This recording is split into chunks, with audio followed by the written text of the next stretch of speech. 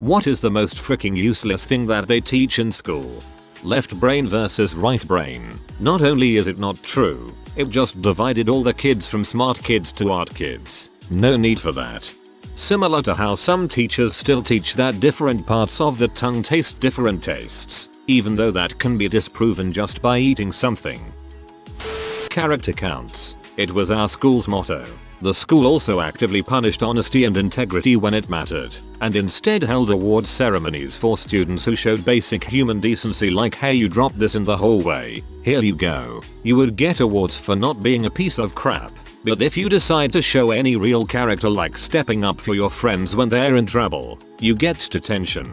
Let it be known, Erindale Secondary School in Ontario, Canada is a crap hole.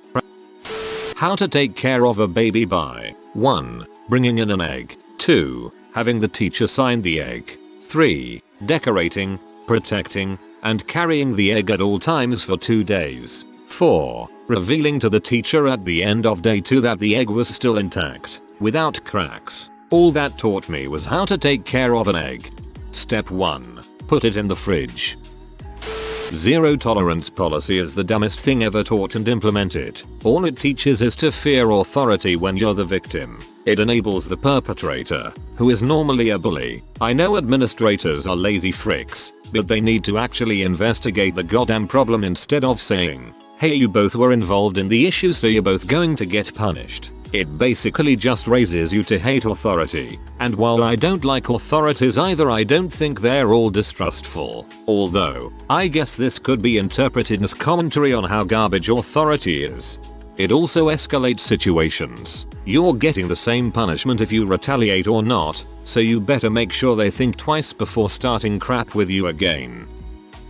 Not a lesson, but they teach you to respect adults no matter what. That's how teachers get away with so much nonsense. It's how parents get away with abuse. Kids are taught to respect adults, but what they really teach them is don't do anything to inconvenience an adult. So a kid is more likely to keep their mouth shut if they're getting molested or beat. They need to teach instead that respect is earned and not to blindly trust people just because they have seniority or authority over you, that you have a right to make a judgment on somebody if they are doing something bad.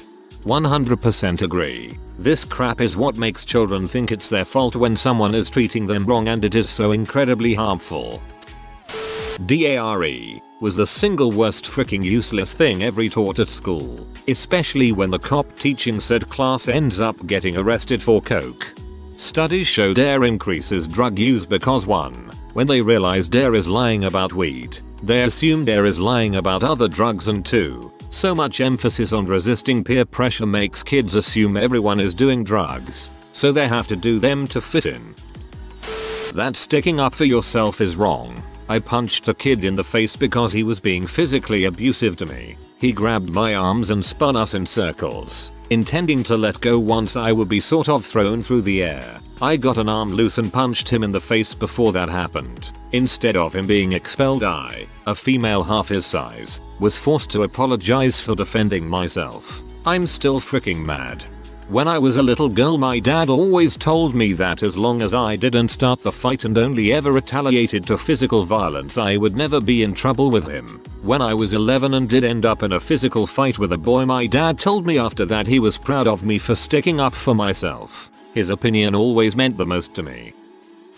We had written finals in high school for PE. It was so ridiculous that even the PE teachers didn't really bother reading our answers while grading the exams. Example questions. A friend of mine answered, describe the history of the football, with an elaborate answer about how a guy stuck on an island kicked a coconut, and due to a quantum anomaly, his foot fused with the coconut. This led to the birth of the legend of the football. Another friend answered, what is an aerobic exercise, with a drawing of a man doing push-ups in the presence of a chemistry set creating oxygen via hydrogen peroxide, and drew arrows to them labeling the reaction and the push-ups as aerobic and exercise respectively. Another friend answered a question about things to keep in mind when trying to eat a balanced diet for health, with points like try not to eat a brick wall. Only one of them failed. One of them had their final exam sheet framed.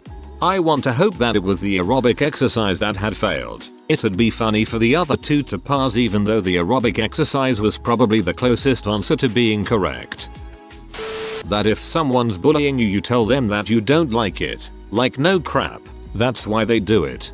My grandmother used to tell my dad, my brothers, and me, if someone hits you, tell them you don't like to get hit. Most useless piece of advice that has been taught to society. Edit. Fixed a typo. When I was in primary school, we got taught about digital roots. It's where you take a number, add up all the digits and repeat if you have more than one digit. So 684 equals 6 plus 8 plus 4 equals 18 equals 1 and 8 equals 9. Nobody else has ever heard of this. It's useful for a rather niche video game, lol.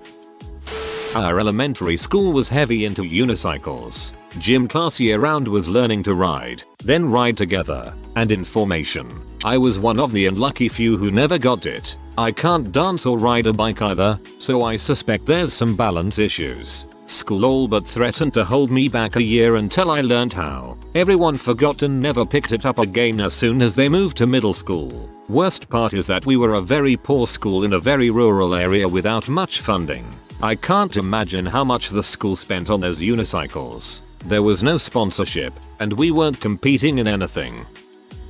That the female body will shut down during rape and she won't get pregnant. Thus babies cannot be conceived during rape. Catholic grammar school, Northern Ireland. Freaking useless. Factually and ethically wrong. Not exactly something they teach in general, but in my high school music class, we had to memorize our national anthem in a different language. We used to be a colony and it was originally written in the colonizer's language, and then sing it out loud with the same melody and all, except you're parroting a bunch of words that you don't understand. Over a decade later and I still think it was a pointless exercise. Square dancing. It was put into the curriculum at US schools after heavy lobbying from industrialist Henry Ford. He didn't like the awful, new modern dances people were doing, like the Charleston. I had totally forgotten that I learned square dancing. What the frick was that? My old high school decided that PE wasn't important, and instead of having 2 periods where we would be exercising and learning about the human body, they made us take spiritual development. I hated my old high school. Sounds like they took the high part very seriously. I'll chime in from a teacher's perspective. A lot of what I teach is to eventually prepare students for calculus. Yet most of my students will never take that class. So instead of having fun in math and exploring patterns, properties, problem solving and reasoning logic, we have to make students memorize everything since we have too much to teach. Memorize this formula. No, we don't have time to explore how to derive it in any meaningful way. Plug numbers into here. No, we don't have time to figure out what these numbers mean nor their significance in the world. This stuff is useful in the real world. No, we don't have time to actually explore that stuff. Here's a fake real world problem instead. This math revolutionized the world when it was discovered. No, we don't have time to explore why. Most kids who struggle with math, in my experience, struggle because they don't have a concrete understanding. It's just memorize math facts and learn to plug the correct numbers into the equation. I'm guilty of all of these sins as a teacher, but the job ahead of me really makes it difficult to do fun stuff in math. There's a long list of reasons why students feel school isn't worth it, and I'm with them in many cases. What we can't fail to forget, though, is school is better than no school. At my school we do many things poorly, but poorly done is better than not done at all. So yes, room for improvement, but please don't give up on the school system. In phys ed they had us take actual written tests a few times sitting on the gym floor. Questions like where was basketball invented? What are the rules of pickle? Yada yada, other useless crap. I took an intro to bowling class in college as an elective, and we had to have an actual final written exam with questions like where was bowling invented? It's less useless and more actively harmful, but the way drugs education was taught when I was growing up was straight up nonsense. All drugs are bad. Okay, alcohol is also a drug, and it can definitely kill you, but it's also fine for some reason.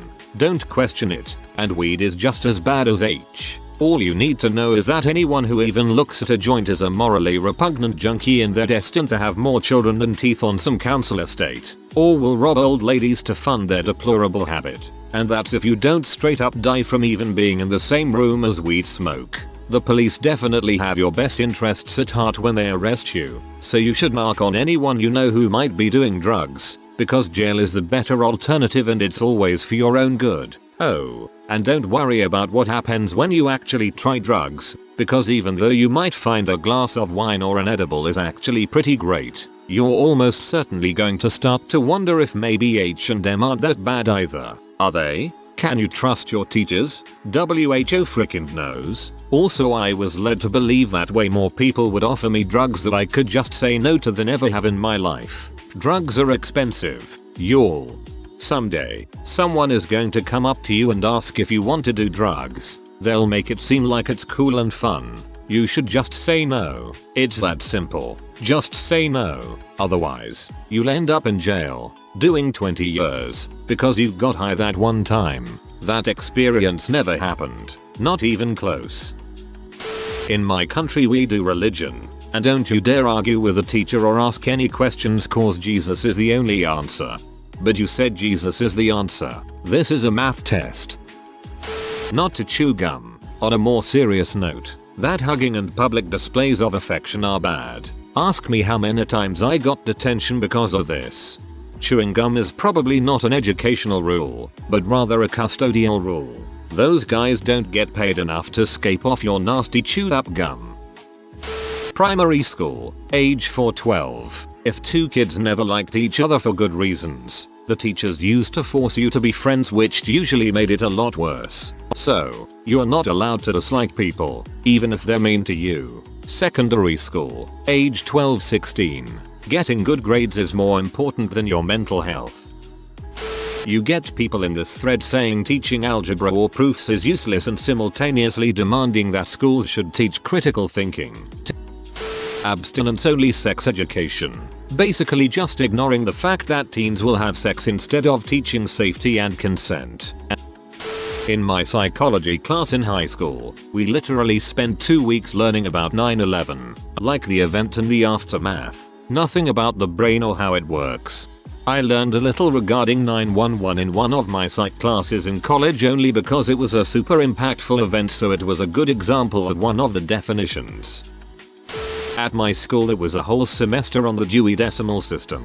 This was in the late 90s too. Computers were becoming the norm, but our old librarian refused to accept them and the school admin didn't care. What a complete waste of time. I don't think what schools teach is useless. They just tend to kind of hide the real point, which is learning how to learn and how to think. The focus shouldn't be history. The focus should be how do you learn history? What they need to do is stop being outdated. Stop making kids write in cursive if you know the world moves toward typing. Stop making kids do math in a particular way when there are usually many ways to solve a problem. Adapt. Vet your teachers to root out political nuts and glorified babysitters. So much to do, but it's gotta be made a priority and it just isn't. There are likely a wide variety of answers you'd get from this question, but education isn't necessarily meant to provide just a means to an end, i.e., something useful. Education is about broadening our view of the world, teaching us what all is out there, and showing us there is so much more than what we see inside these four walls. Teaching us about what astronauts do on the ISS isn't very useful information for many of us, but it's incredibly interesting, and it shows us that there is amazing value in exploration, discovery and further learning. Earth is an ever-changing and beautiful planet, and its inhabitants are even more fascinating and entertaining. We'd likely never know any of this if we didn't study and learn about everything that's here. Yes, some of it is kinda boring, and maybe useless, but it all adds to the depth and breadth of our ability to think critically, and more objectively, about all things. That was my initial thought as well, and I was ready to come into this thread and be outraged by the responses. Then I read Unicycle, and yeah, that's fair. If you're getting bullied, come tell a teacher. Then the teacher either does jack crap or they just tell off the bully and nothing more, and then you end up in trouble for retaliating. In middle school we had a rule that you couldn't stop at your locker in between classes. Their logic was that you should be prepared with all of your books and stuff for the rest of the day, but my locker was 5 feet from most of my classrooms. I argued that it shouldn't matter as long as you're on time and prepared. My youth left me with a deep disregard for authority that continues to this day, lol. Pledge of Allegiance was another goofy thing. Seemed like early indoctrination into the cult of US nationalism, but they acted like it was just normal stuff. Needless to say, we quickly found out that you can just sit and stay quiet and they couldn't do anything about it, lol. I don't know, but if they don't start teaching people how to spot fake news soon, we're all gonna be living under dictatorships. I think a lot of literature, the problem isn't that they teach it, it is that they teach it without context. For example, why is Old Man in the Sea so important? Most classes go read this book. The kids read it and they go, this crap is boring, why the heck is this important? How stupid were people back then? The context of the various novels we read in classes is very important, and I think many schools gloss over that and leave the students no clue why a book was so important. See also, making a bunch of 7th graders read Shakespeare, with no context given for his significance, no help given on any of the archaic language, and completely ignoring the fact that plays are best understood when watched, and there are dozens of tape performances of all of his works out there. That they have a zero tolerance for bullying, but they never help out the kid that's being bullied. Once the bullied kid fights back, suddenly they need to step in.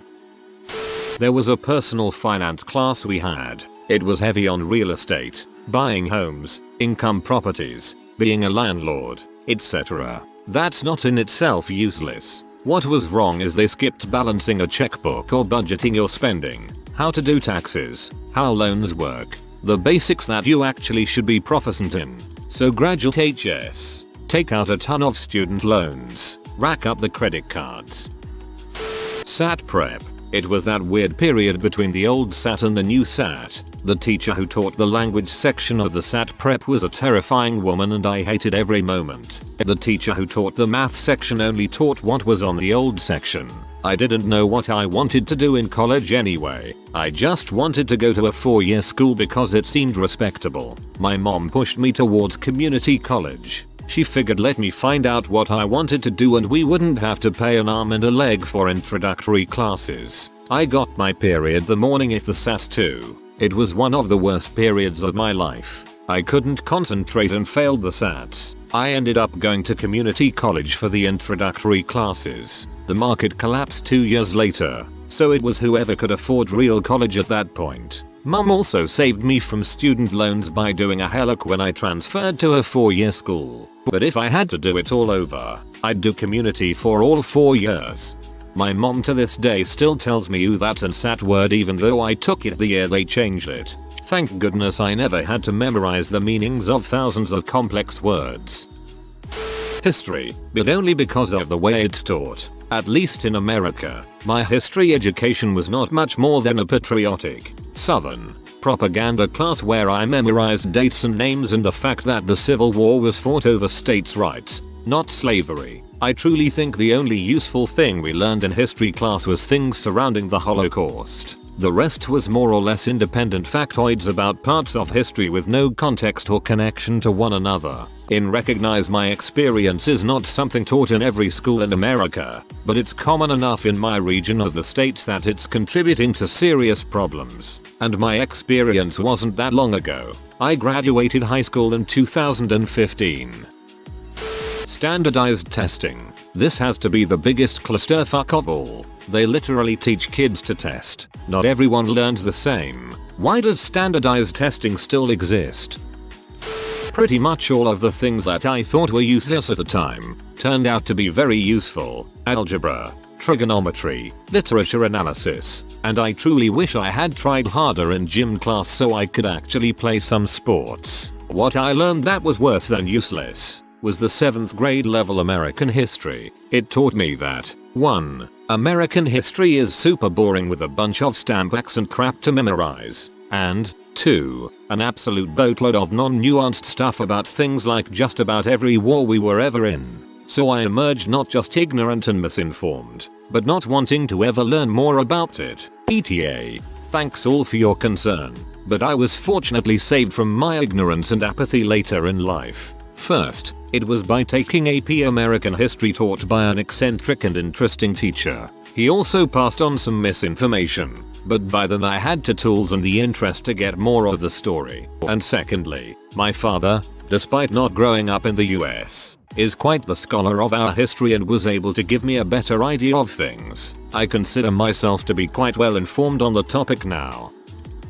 I'm from the UK, so maybe I'm a bit different, but I always feel none of our subjects are bad. They just spend too much time on things that don't matter unless you pursue it as a job.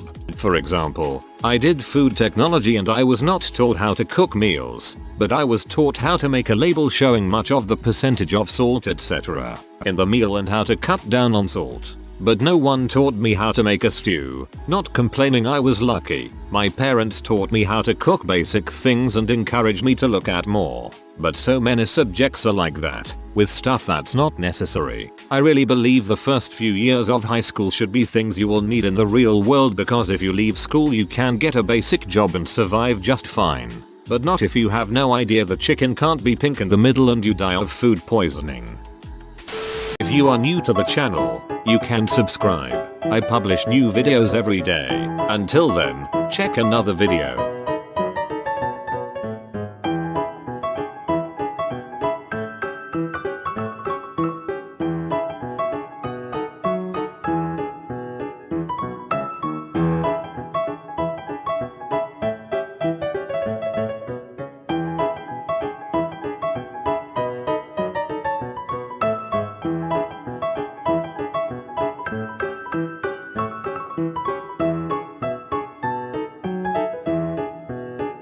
Bye for now.